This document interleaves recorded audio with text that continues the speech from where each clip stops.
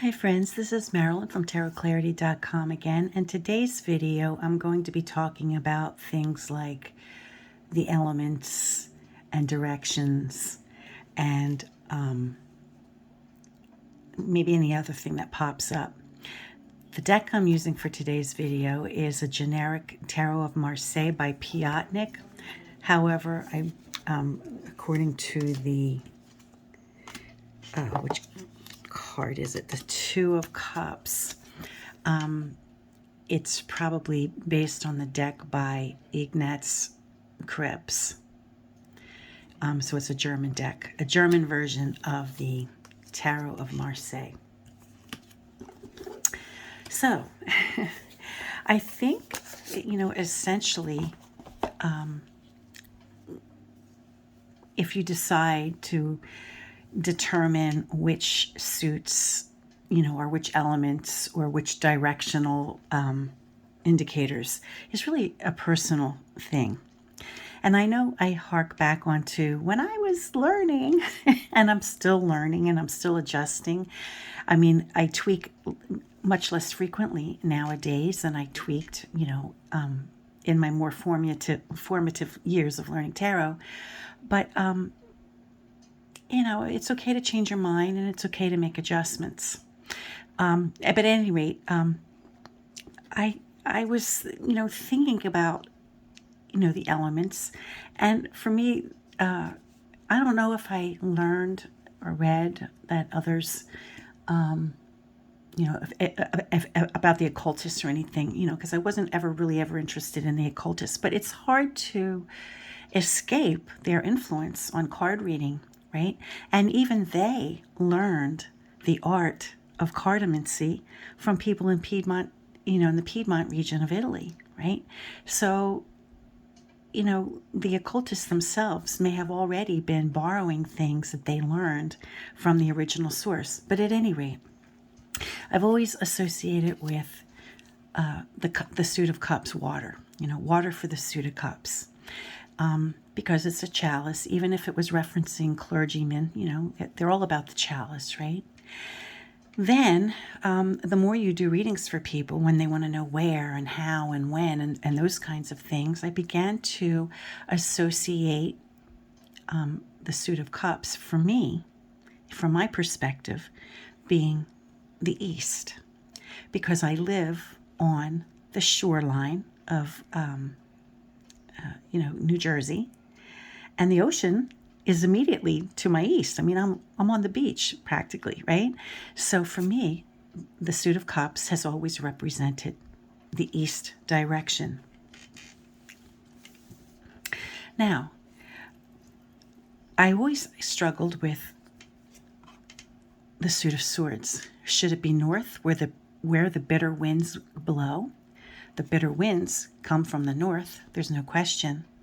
Or should it come from the west, because the winds essentially, generally, come from west to east? So I had that up in the air and I wasn't sure what to do with it.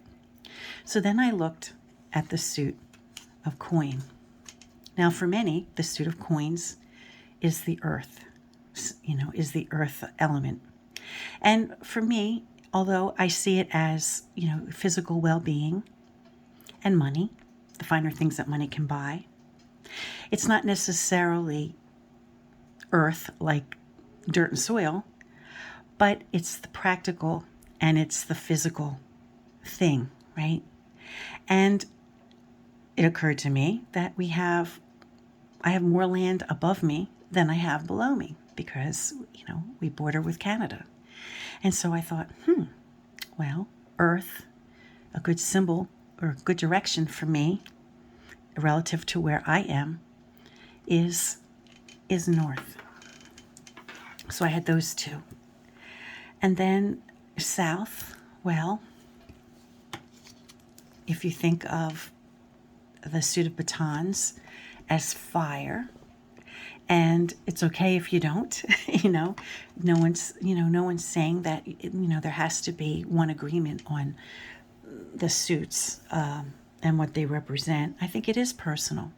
Some people see the suit of batons as springtime because, maybe they're buds on on this thing. And, things bud in the spring. But I kind of saw it always as fire because it's wood and wood burns, and it's the only of these. And some people see the swords as fire because you forge metal, right, in fire, and that's also legitimate. But I guess saw, the suit of batons more as wood and wood burning, and so I put that in the southern position. And then which by default I ended up with the suit of swords being a Western thing, like a Western direction. So this is just mine. If somebody's asking, if a move out west is a good idea, and I see multiple cards from the suit of swords, then if I'm consistent with how I interpret the cards, if I see multiple cards from the suit of swords, and if they're agreeable cards, not like, stressful cards, and not if they're too many in association with an opposite element, then I would say, yeah, that looks kind of like not a bad idea. Maybe moving west is a fine idea, right? Or is moving east a good idea? And if I have multiple cards from the suit of cups, and I would say, yeah, that looks great, unless it's accompanied by too many fire, right? Which would be an opposing element. Then I would, then I would question it. But I think you see where I'm going, right? And air and land or earth would be opposing elements for one another here as well.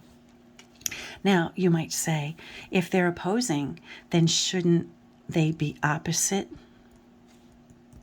rather than the way I have it? And if that makes more sense to you, then absolutely do it that way. If it makes more sense to you that fire and water should be opposite on the compass, and then,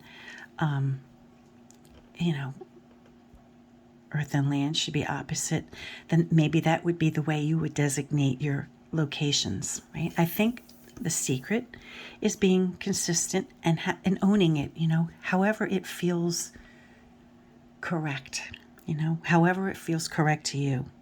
It is the correct thing. So that's how I came up with my directionals, and I use it consistently. Now, let's see, what else might there be? As far as signs of the zodiac, and astrology, I've never had a head for astrology. I don't dislike it. It's not like I dislike it. In fact, whenever any of my girlfriends who are into astrology start talking about it, I perk up and I listen. So I probably know more than, than somebody who doesn't know anything. But I don't interpret the cards based on astrological thinking, or charts or anything like that.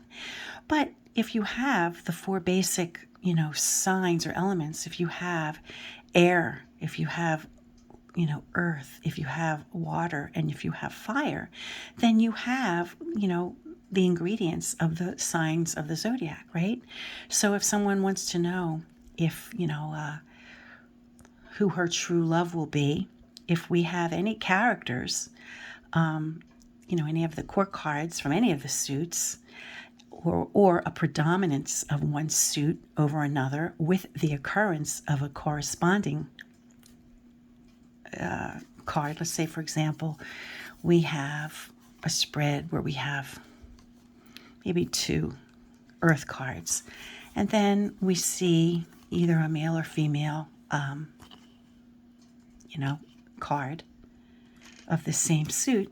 You might be inclined to suggest, well, I'm getting an earth sign.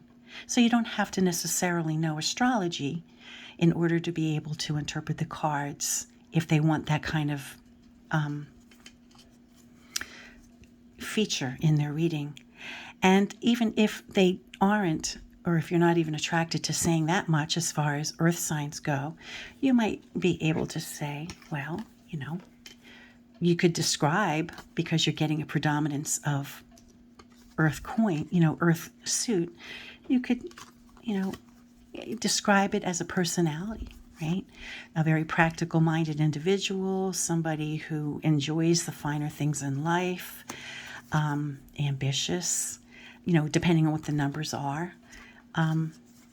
Those could be clues about what kind of person, they should be looking for. Whenever someone asks, who will my true love be? I don't typically say, well, this is what I kind of answer it by saying, this is the kind of individual that would serve you best. Whether you look for that individual or not is your business, right? But this is what I'm seeing as far as someone who you might consider pursuing, the type of person. And then what kind of scenarios would you find that person? Think of all the places where you might find somebody from the suit of coins, right? Would you find them in a building? Would you find them outside? Think of the things that you might associate with the suit of coins and where those kind of people might be, If a lot of cards from the suit of pitons showed up, then I might suggest, well, an outdoor event or at a sports event or even at work, because my personal interpretation of the suit of batons would be social things, places where you're likely to see people, and either for fun or play or work. It could be a work environment if there are maybe coin cards in there as well.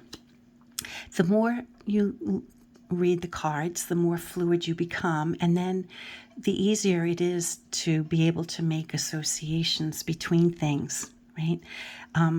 The one thing that tarot does, it makes you very adept at making connections between things. Now, if you're a person who easily connects dots between things, then you'll probably be very well suited for interpreting tarot cards, particularly the non-illustrated or the non-scenic, pip variety, these cards do have illustrations. There's no denying that this is an illustration, right? And there are visual clues that, we get out of these all the time.